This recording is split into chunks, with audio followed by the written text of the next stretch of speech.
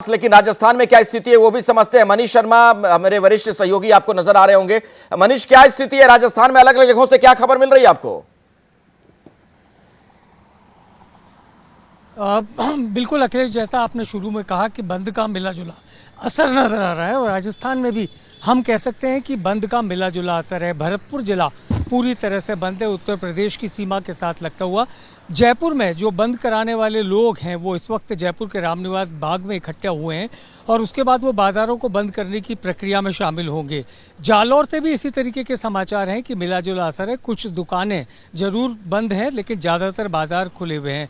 इसके अलावा सीकर, चूरू, झुंझुनू में भी बंद का मिला जुला असर सामने आया है। चित्तौड़गढ़ में भी बंद को हम आंशिक सफल कह सकते हैं क्योंकि बाजार बंद है, लेकिन बहुत ज़्यादा जो भीतरी इलाकों के बाजार हैं वो इस वक्त खुले हुए हैं।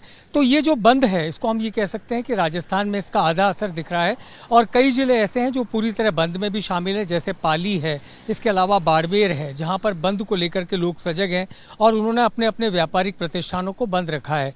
तो राजस्थान के आधे हिस्से से बंद जो है वो सफल और दूसरे हिस्से से बंद का कोई असर न होने की खबर कही जा सकती है। जी अखिलेश, बिल्कुल। कुछ और तस्वीरें भी अब दर्शकों को दिखाते हैं जो अलग अलग राज्यों से हमें तस्वीरें मिल रही हैं। बंद का मिला जुला असर नजर आ रहा है। बिहार में कुछ जगहों से जरूर जानकारी मिल रही है कि वहां पर चक्का जाम भी कर दिया गया है। ट्रेन की जो सेवा है वो बाधित हुई है और ये आप देख सकते हैं तस्वीरें जो सामने आ रही हैं। कई जगहों पर प्रदर्शनकारी हाथ में झंडा लिए हुए, लेकिन एक चौंकाने वाली जो बात है और कुछ सवाल भी इससे खड़े होते हैं, जबरन जो बंद करवाया जा रहा है। कई जगहों पर आपने देखा, खासतौर पर पटना की तस्वीर जब आप देख रहे थे, वहां पर कुछ लोग हाथ में लाठी डंडे लेकर सड़क पर घूम रहे थे और आसपास की जो दुकानें थीं उसे जबरन बंद करवाने का प्रयास कर रहे थे। इसे लेकर जाहिर तौर पर सवाल खड़े होंगे कि आखिर इसका क्या मतलब है। विरोध प्रदर्शन करने का अधिकार हर किसी को है, आप कर सकते हैं, लेकिन कोई अगर सड़क से गुजर रहा है, कोई गाड़ी जा रही है या फिर कोई दुकान खुली हुई है तो लाठी डंडे के जोर पर उसे बंद करवाना, जाहिर तौर पर उस पर सवाल खड़े होते हैं।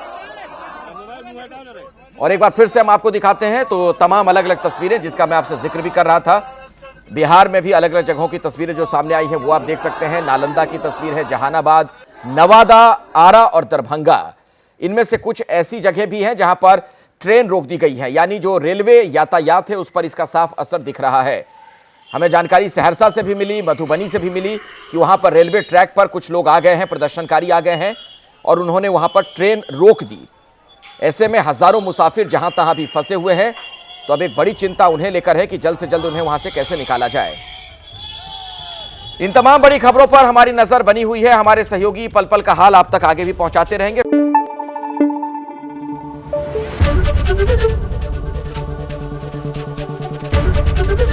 एबीपी न्यूज आपको रखे आगे।